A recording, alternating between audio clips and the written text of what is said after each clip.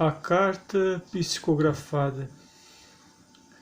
O filho de Agenor desencarnou aos 25 anos em um acidente de carro quando trafegava na rodovia federal. Deixava a família um misto de tristeza e de saudades. Era uma tarde silenciosa naquele lar. A esposa de Agenor, a senhora Letícia, sentindo-se inconsolado com as fortes lembranças do filho que desencarnara, portava um endereço em suas mãos. Decidida, seguiria em busca do centro espírita, em bairro próximo na cidade. Quem sabe não encontrasse uma resposta do porquê da vida subtrair-lhe o anjo da felicidade? Agenor havia recebido o convite da esposa para seguirem juntos ao lar espírita.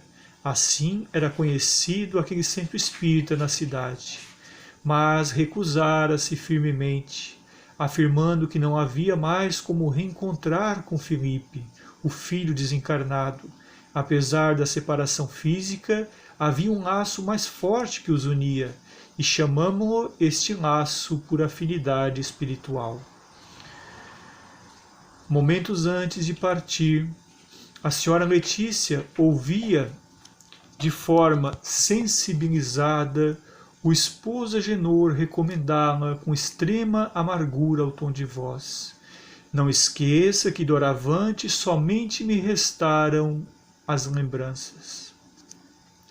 A noite caía e aquele pai inconsolável com o desencarne do filho permaneceu solitário em casa. E em dado momento uma forte emotividade lhe assomou a alma. E não resistindo ao fluxo das lágrimas, muito pensativo com aquele retrato do filho em suas mãos, fez sentir-se uma forte vontade de dialogar em viva voz com o Pai Criador. Dizia ele a esmo: Senhor Deus, que fazer quando alguém que muito amamos deixou de viver aqui na terra?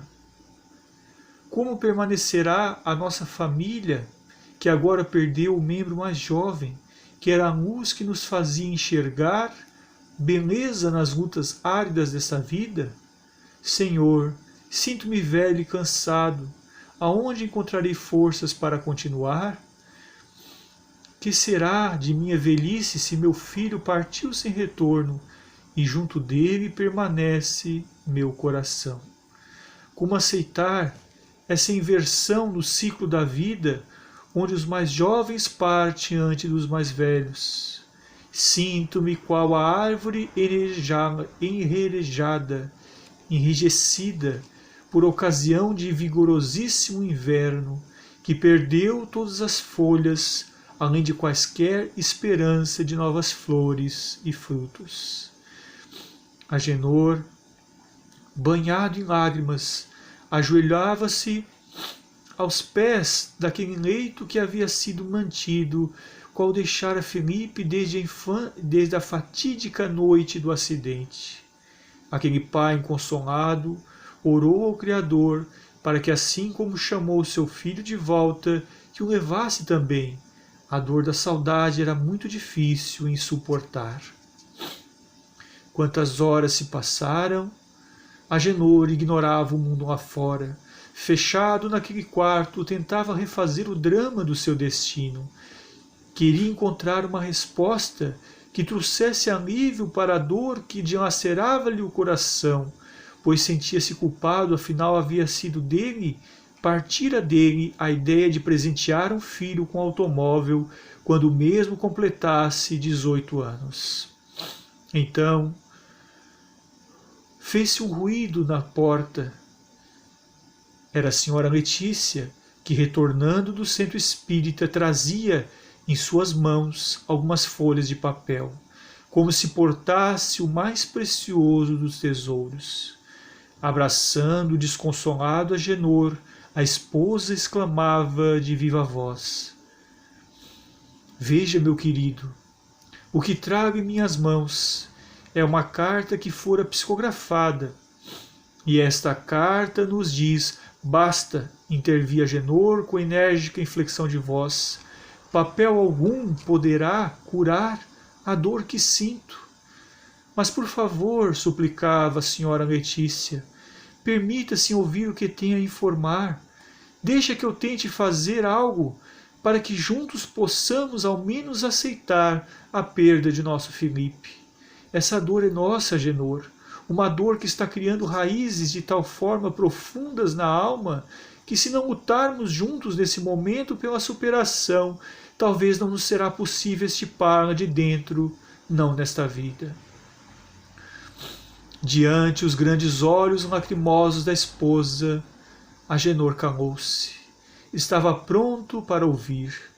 Letícia, então, tratou de ler pressurosamente o conteúdo daquela carta psicografada, que era assinada por espírito familiar, e em poucas linhas informava que o espírito de Felipe preparava-se para retornar à vida humana, ou seja, reencarnar. Sua morte havia sido uma provação dolorosa para os pais e um resgate do rapaz por haver participado de um ato grave de violência cometida em existência passada. Em breve, reencarnaria naquele mesmo seio de familiar, em que ambos, Agenor e Letícia, ainda teriam a missão de participar da educação moral, não da maneira como fizeram em recente passado. Seria uma forma muito especial de dar atenção à criança que surgiria. A carta psicografada solicitava ainda que era preciso buscar-se mais a leitura e a prática do Evangelho, a sentir os princípios sagrados do amor cristão, meditar no fundamento universal da caridade e na renúncia aos bens temporais, onde então reconheceriam que o laço mais forte a unir as almas é precisamente o elo espiritual. Quanto a Agenor, era preciso que se perdoasse por haver presenteado o filho com um veículo de transporte. Desta forma, o amor seria mais sutil, teria menos apego físico para transbordar em sensibilidade na alma. Em suma, a tarefa deles para com a alma de Felipe ainda não era concluída. A carta terminava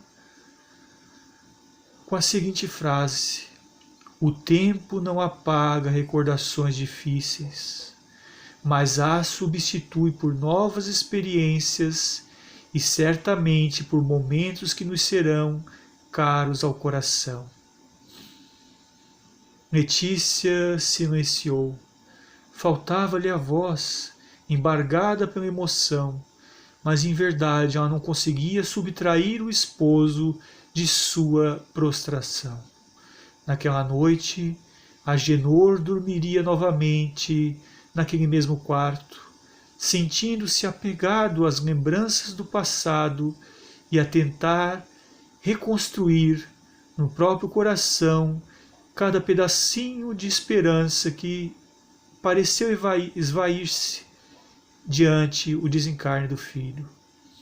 A noite, a madrugada e um novo dia claro de sol. Era uma bela manhã, quando a senhora Letícia vinha despertar o esposo. Ela tinha os olhos de quem vencia a dor e auria novas esperanças no âmago da alma. A luz de um sorriso volvia a iluminar a face meiga. Agenor estranhou. Letícia parecia sorrir para a vida, como se jamais houvesse perdido a fé no destino. Por quê? A esposa de Agenor não estava só desta vez.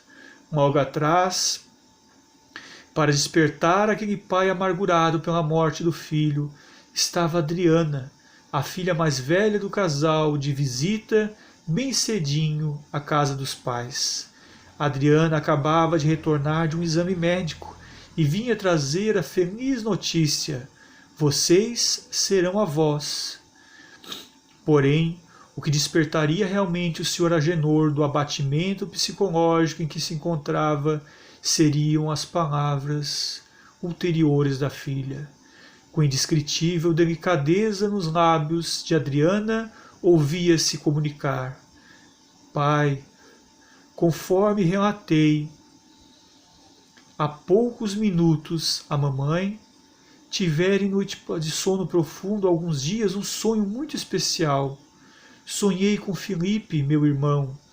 Ele parecia recuperado do acidente da rodovia e com muito carinho, ao tom de voz, sussurrava-me palavras doces e em bom tom, dizendo-me: obrigado, minha irmã, por me receber novamente em nossa família.